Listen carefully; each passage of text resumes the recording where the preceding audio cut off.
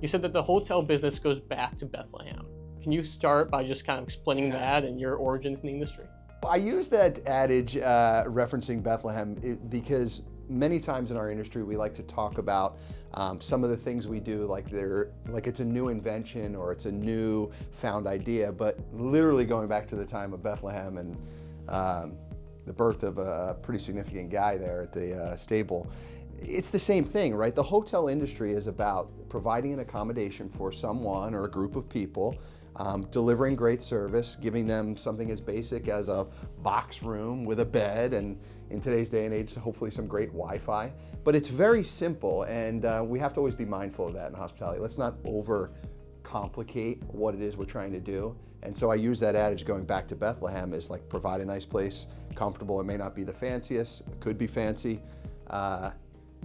And just provide great hospitality. I mean, that's what it's about. That's what the industry's about, and that's what our business of the hotel business is about. Can you share a little bit more about how you got into hospitality? As many hoteliers would tell you, I did not start out thinking that I was going to be a hotelier, to be frank with you, Ethan.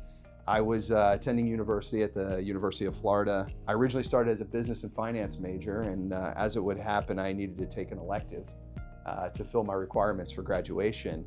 And one of the electives that I signed up for was an introduction to hospitality program. So they had a class on that. And I signed up as an elective, I went to the class, really enjoyed it. Now I'd preface with the fact that my family comes from the golf background, so golf resorts, golf communities. So some of the intrigue of the hospitality side is obviously why I signed up for that class in case, I'd go the family business route, for example.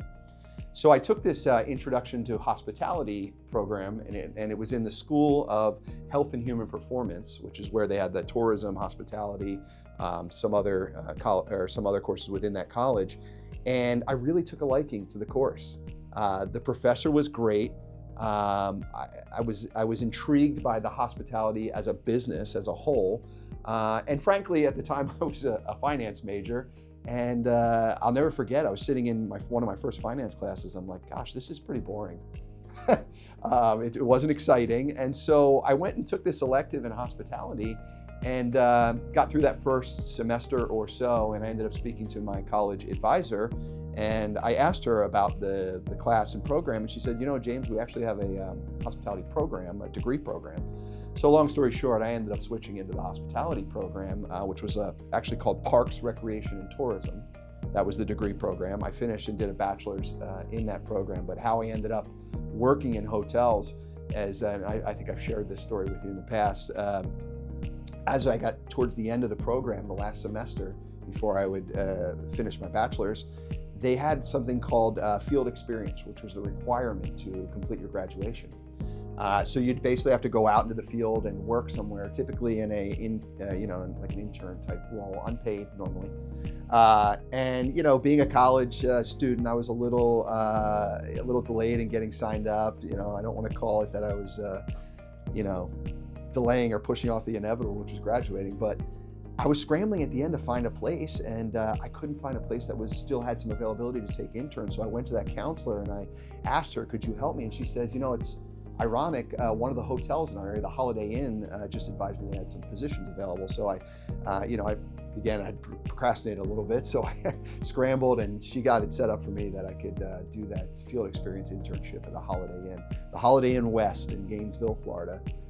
And that was my first foray into the hotel space there. You were awarded something by UF recently as a distinguished alumni. Oh, I appreciate that. Yeah, no, that was very nice of the university to have me as a part of their distinguished alumni for the HHP school, which is the Health and Human Performance. They've since rebranded it, renamed it, if you will, to the THEM, Tourism, Hospitality, Event Management program. But yeah, they pulled together a group of thought leaders and innovators in the space of both hospitality, tourism, and AI.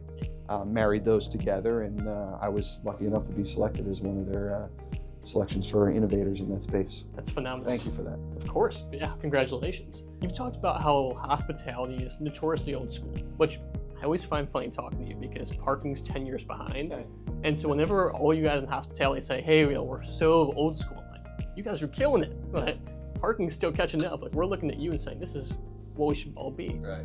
But you guys are pushing the envelope. Hospitality makes up what, a percentage of GDP. It's phenomenal. Yeah, very, very significant. Why is it so old school? And what's blocking this next stage of evolution? I bring it up a lot because in my experience, now I'm going back to my first hotel job in 2000, 2001. Going back to the analogy I used with Bethlehem, we've been doing a lot of the same things the same way for a long time. And the reason we've been doing it is because it works.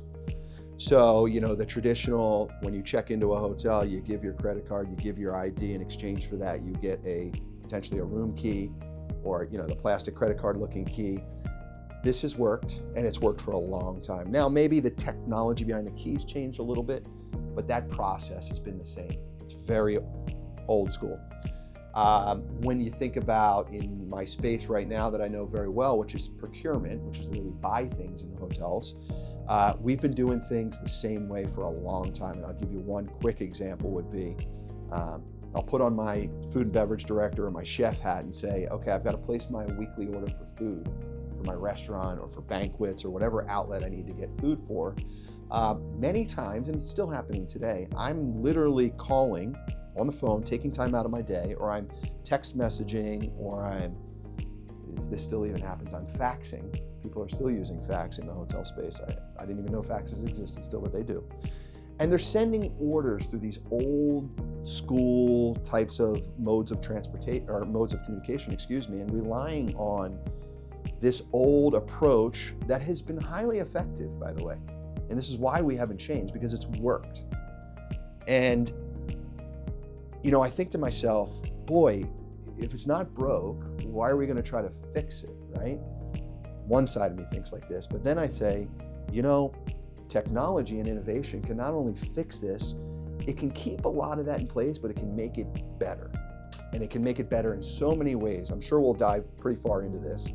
But old school in the hotel space has worked, and it has worked pretty well over the years.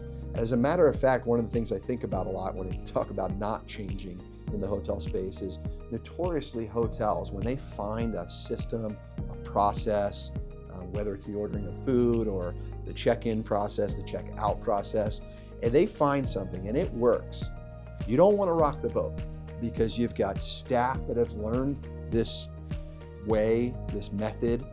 You have perhaps an old playbook or manual that has your SOPs in there that you dust off once a year or once every few years. And it's in that SOP manual, it says, this is the way we do check-in, this is the way we do communication with guests, the way we order.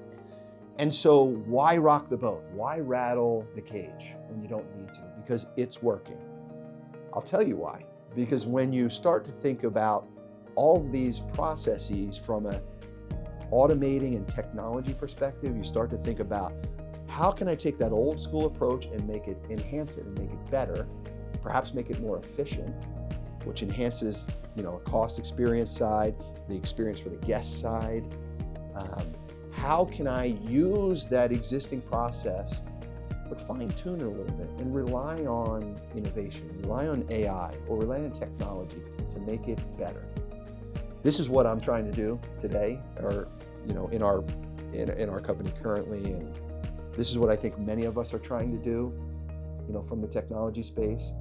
I have an interesting lens on it, Ethan, because I come from that world of the hotel operating side and the ownership representation side that can say, hey, we would love to find ways to do this process better, but we need help because we've been doing it the same way for a long time.